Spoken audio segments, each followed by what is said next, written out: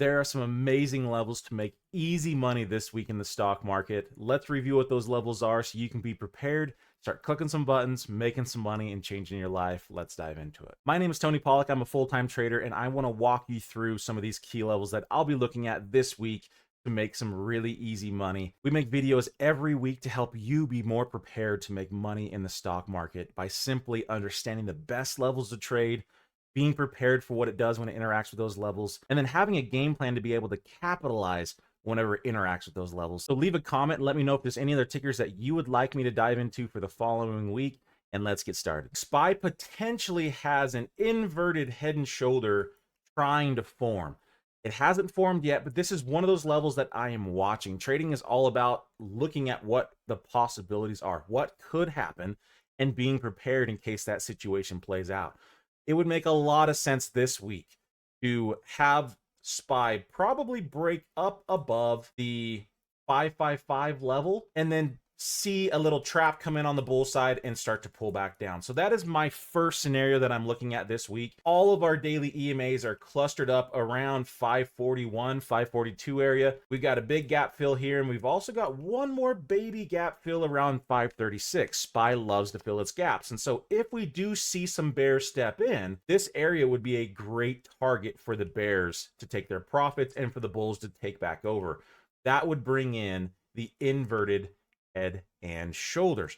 And so if we are expecting that, this would be a great place to sit back if you're a day trader and wait for this area to be interacted with. Look for your setup to go bullish and catch some easy money on that. If you are a swing trader, right, if you hold trades overnight, this is a great aggressive entry to get into half of your position here if you want, and to see if it'll break up above the neckline to confirm this inverted head and shoulder and get rocking and rolling to the bull side. The bulls have come in extremely strong over the past couple weeks.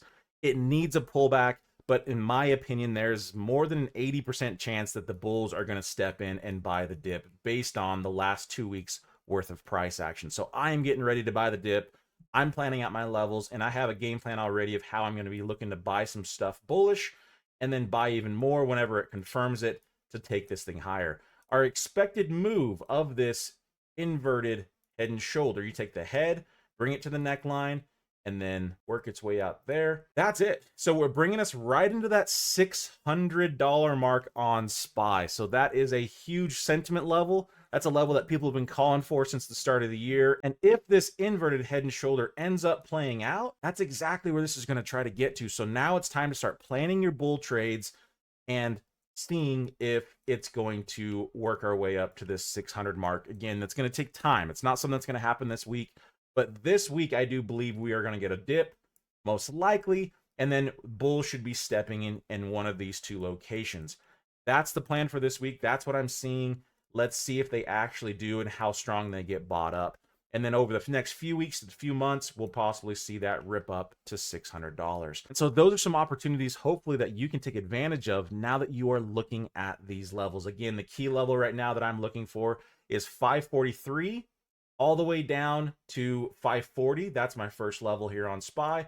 And then if that doesn't hold, my last level that I'm kind of looking at would be around 530. Bulls should hold there. So what happens if they don't?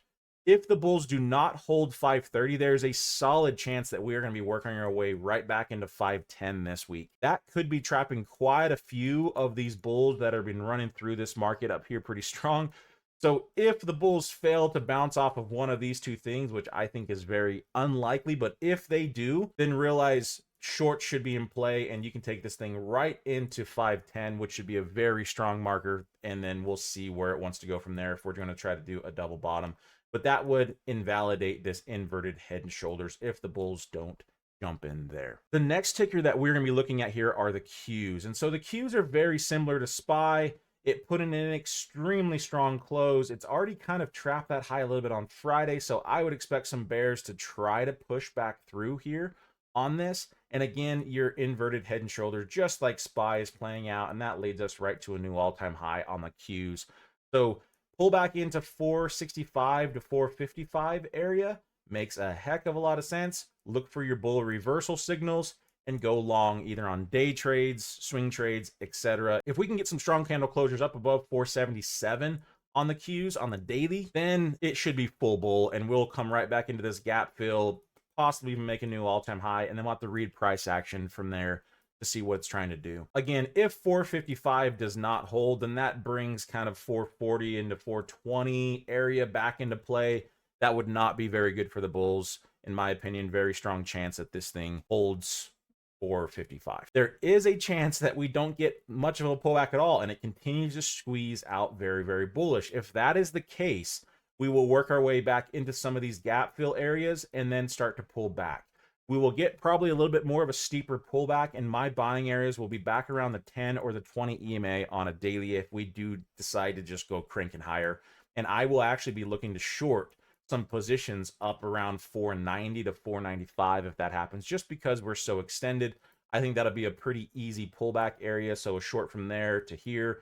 I'm not trying to make the big money. I'm just trying to capitalize from there to there if that's what ends up happening on the Qs this week. If the bears do not step in and we just keep on squeezing, I will be looking to take profits on my longs and then look to flip and go short that market. And you can apply the exact same thing to SPY. IWM is a little different. This put in a monster double top. We're kind of having a recovery rally back up into this, and we're putting in some upper wicks back into this neckline area of the double top. So IWM does not look all that bullish. Doesn't mean that it can't go bullish. In fact, this might continue to squeeze up higher, and a lot of people are calling for that. At the moment, I'm not seeing it. So I'm going to be very patient on this because I don't have an edge, bullish or bearish at the moment on IWM. I'm just going to let the markets tell me what it wants to do and then make a game plan from there.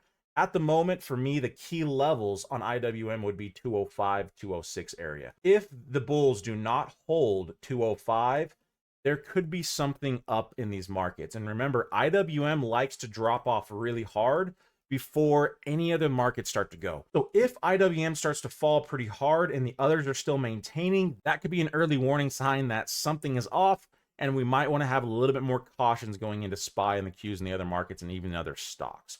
So keep an eye on IWM. My level to the low side is going to be 205. My level to the upside, I am pretty much looking at the high of last week. If we can start getting some strong daily candle closures up above 215, there is a chance that this could continue to squeeze up, and the next big level for the bulls to get through would be 225. So watching those pretty closely. So the high of Friday would be my key level to look for to see if these bulls can close strongly on. If not, then I want to make sure and see that the bulls are stepping in around 205. Some tickers that are making interesting moves so far this week are AMD. And so AMD is up into a very strong resistance after making a large move up. We're getting a gap up currently right now on this, but we're gapping right into the 200, this red line here, and this was the exact spot that we rejected off of. And this 200 EMA has been the line in the sand for AMD for a while. It acted as support when we were up above it, and it acted as strong resistance now that we're below it. We are gapping currently into it. So today is going to give us a really clear idea of which way these markets want to go. Are we going to go screaming bullish? If we can get a close up above that red line, the 200, there's a good chance that a retest is going to get bought up. This gap up, if it starts to fail pretty hard immediately and we do get a strong bear close, especially like an engulfing of a Friday's candle, there's a chance that we're going to see a little bit more selling on AMD coming back through and start retesting 130 all the way down to 120 area. Time will tell what it wants to do, but this is a very key level for AMD, and so keep an eye out for this to see which way it wants to go, and we'll monitor from there. Tesla making a really strong move and actually breaking outside of its channel, as you can see right here. So this line straight down here was a pretty strong resistance that's held us lower. Very strong candle closures on that, but we are overbought on the 1 hour RSI. We're up there. So that tells me be a little bit patient, wait for a retest, and see if that's going to try to come in on Tesla if it wants to. So far at the moment, I'm not seeing any reversal signs. So this could keep on cranking, but I would expect a retest and come and visit the top side of these down trend lines here around 200 or so, and then see if the bulls will step in through there. If we work our way back here into a daily chart, the key levels for the bulls to hold would be 204 this week. We're really going to want to see candle closures above 204 this week, and strong levels that the bears are going to try to hold are going to be around 235 and 236. And so if we start getting closures across either one of those levels, that's going to be a really easy way to identify who's in control, who's gaining strength, who's losing strength, and you can start riding that momentum from there. Nvidia Man, what a crazy move Nvidia has had. Super strong candle closures up through here. I expect Nvidia to either, number one, keep on cranking and then eventually give us a pullback. So whether or not that pullback wants to happen today, which is what I kind of feel in these markets, today and tomorrow should be having some sort of a pullback here. Either way, your key level that the bulls are going to need to hold would be your 10 EMA. So that's sitting around 115 area or so. I would expect a lot of bulls, if we do get a pullback, to step in through here. You should be seeing some lower wicks. So your day traders, that's a great place to look for some bull day trades. That's where your momentum's going to be at. Swing traders, I could see a lot of swing traders buying in through here. If it doesn't hold, it's not like the bulls are done. This is extremely strong. And so it could even work its way all the way down into like 106 area.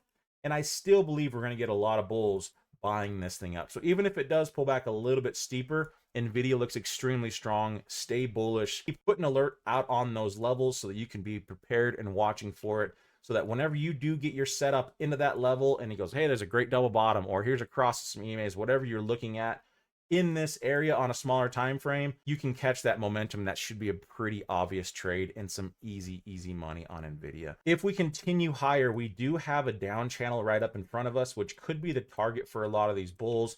That would be a great place to look for some bears to come back in to push us into these levels and again reverse and probably start bouncing up higher. Let's take a look at oil real fast. We have a very strong bull candle come through, and that ended up being rejected with a blow off top candle last week. And so at the moment, it's kind of just chopping. There really isn't a whole lot of strength either way, but I would imagine the bulls are going to be watching this 200 EMA again because they've respected it so many times previously, and that's sitting around 75. So put some alerts there if you trade that. Expect the bulls to jump in through there. That's going to do it for this week's wrap up. Put some alerts on some of those levels that I mentioned. Those are areas that I will be watching to make some easy money. Trading is not about just the setup. It's the setup in the right location on the chart. That's my goal, is to help you identify some of these key locations so that way you can mark them out on your charts ahead of time, have alerts there. When your alerts go off, you'll know these are great areas to trade, should have some great volume in those areas. Look for your setups and increase your probabilities of winning. Love you guys. Thanks for your time, and I will see you next week for another market recap.